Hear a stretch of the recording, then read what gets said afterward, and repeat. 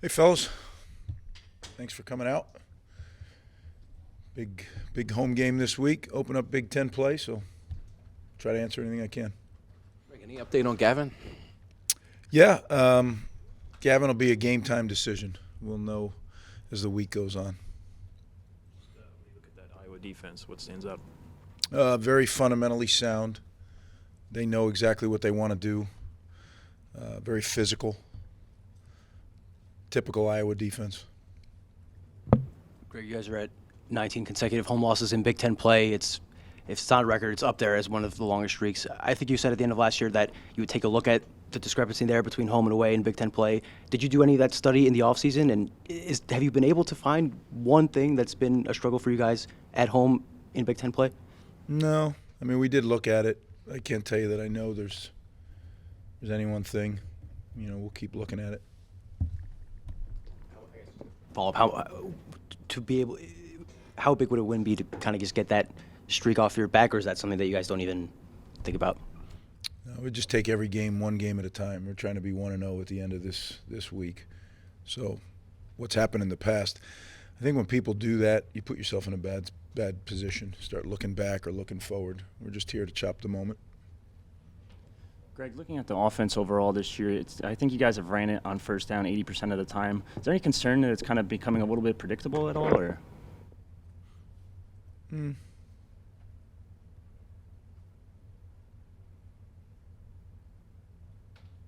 Not a concern. No. I mean, I'm good. We have to execute a little bit better.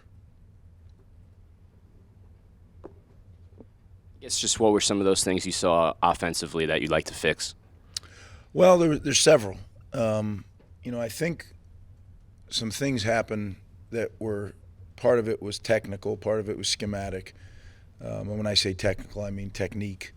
And part of it was cultural, right? So throw all three things together, and you had kind of a perfect storm. But we're moving, we're learning from it, and we're moving forward. And we need to, because we have an opponent that's as stout a defense as there is in the country. You passed Frank Burns for that record. I know you talked about it after the game, but those first couple of years when you were building the first time around, how tough was it to win with everything that was going on and what you walked into? Is there anything you can say about that time? Yeah, that was a tough stretch. The good thing when you're young, you don't know what you don't know. Because if I knew what I knew, I don't know if I would have stuck it out. But you don't know what you don't know, and you just go hard as you can. And that's what we did as a staff and as a program. And fortunately, we were able to get over the hump. But yeah, that was some tough sledding back then, real tough. They didn't cost you too bad, like it's your 3-0, but just the penalties these last few games. Is this just early season mistakes that guys are making, or is there kind of a larger concern that's going to, hurt you once Big Ten play starts? Well, there's always a concern. As I've told you guys, those who've been around for as long as I have, the two old men in the room, Steve. I don't ever want to be number one in least penalized, because I don't think you're trying hard enough if you do that. But I don't want to be down in the bottom either. Somewhere in the, obviously in the top half, but maybe more towards the top quartile. We have too many penalties. Now, when you look at it, some of them are young players that haven't played, and some of them are true freshmen that haven't played. You learn. The whole thing that as I said to you last week, all of us, you're told don't touch the stove because it's hot, you're going to get burned, but sometimes you got to touch it. Hopefully that we run out of those stove moments and we start cleaning things up. I got a two-parter for you. First, what's your confidence level right now in Sean? As high as it could be. Yeah, we got the right guy to be our offensive coordinator. And just secondly, is there a moment when you get more involved in the offense if it continues to struggle? Has that happened yet? As a head coach, when I first started as a head coach, like I said, I didn't know what I didn't know. And then later on, I became the defensive coordinator as the head coach and was very involved. At this stage in my coaching career, I'm the head coach. So I oversee the offense, the defense, and the kicking game. But I'm not running any of the three.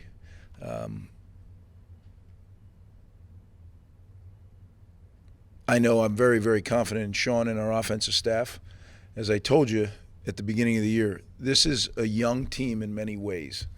And some of it is chronologically young, some of it is Rutgers young, right?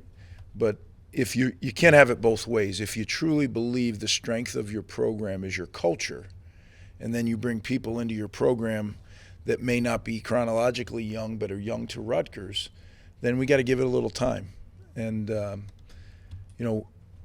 when you take over the program in the way we did, there's some things that are not quick fixes.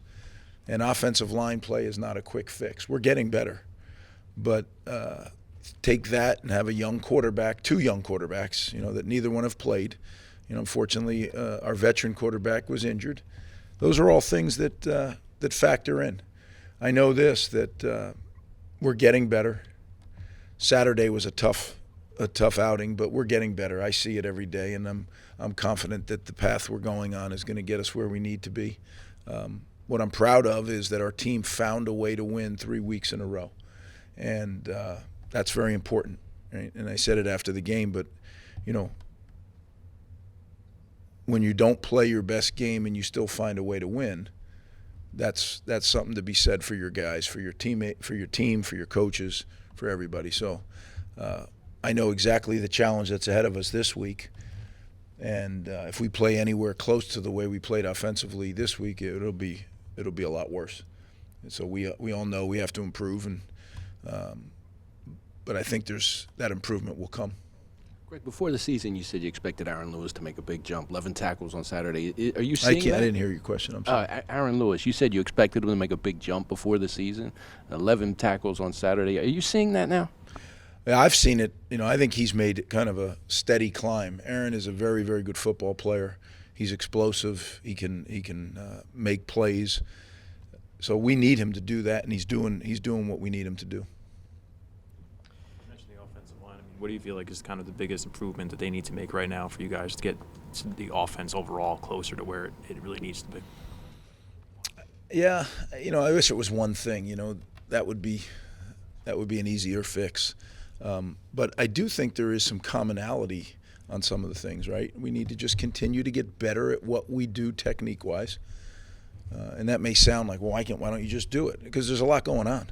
And then there's this other thing, this guy on the other side that's trying to kick your rear end in, So there's a lot to get down for a group of guys that haven't played together. But we're going to be okay. Yeah, I'm confident on that. Coach, can you talk about the progress that Noah Vedril's making in his injury return and where he is at the moment? Yeah, he's going to be a game time decision as well. So it's kind of unsettling. You have two quarterbacks that are game time decisions. Thank goodness Evan is healthy, and we'll just prepare with who. As I said after the game Saturday, we will prepare for whoever we have that the doctors tell us are going to be able to play. Those can go. Is there a non-scholarship quarterback that would be on the depth chart? Mm-hmm. Are there going to be on the depth chart a handout? No, but yeah, we have one for sure. Who would that be? I'm not going to get into that. Yeah. Greg, you haven't really benefited from the expanded stadium in a meaningful way since you've been back with COVID and the different situations. Is this kind of night what you had in mind when you pushed for that, the idea that this could be a 50,000 plus atmosphere, real college football atmosphere? Without a doubt, Steve. And I think also as we push, and I say we, Bob Mulcahy and I, and as you know, Steve, we're not in the Big Ten without Bob Mulcahy pushing to get this stadium built. And together, our partnership, I think, allowed that to happen. And getting into the Big Ten, that's the vision I had, is that we expand the stadium, we get into the Big Ten, and we have games like this that sell-out crowd, fans that are rabid, and a great opponent coming to town, and most of all, Rutgers stepping up and playing the way that we all want Rutgers to play. And that's why you do this. That's why I came back, to put us in this position and to win these games. Are we ready? Well, who knows? We're going to find out. Again, I go back. At the beginning of the year, I told you where I knew we were, and I told you it was going to be a work in progress. Iowa's a different program. They're an established Big Ten program. Coach Ferentz is certainly, the dean of the league, but he's one of the best coaches in America, period.